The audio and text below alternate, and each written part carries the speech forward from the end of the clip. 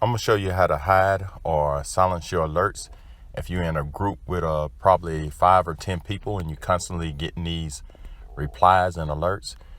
It's really simple to do. Only thing you want to do is go to the message, and as you can see here on the top, I'm gonna click on it, and you can click up here where it says 13 people. You can just click it and go to this I that says information.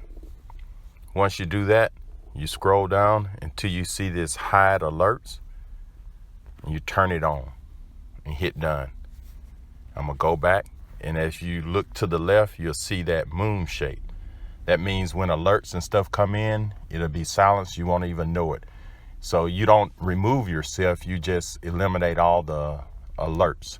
But if you want to turn it back on, the only thing you want to do, you can scroll to the left and hit show alerts.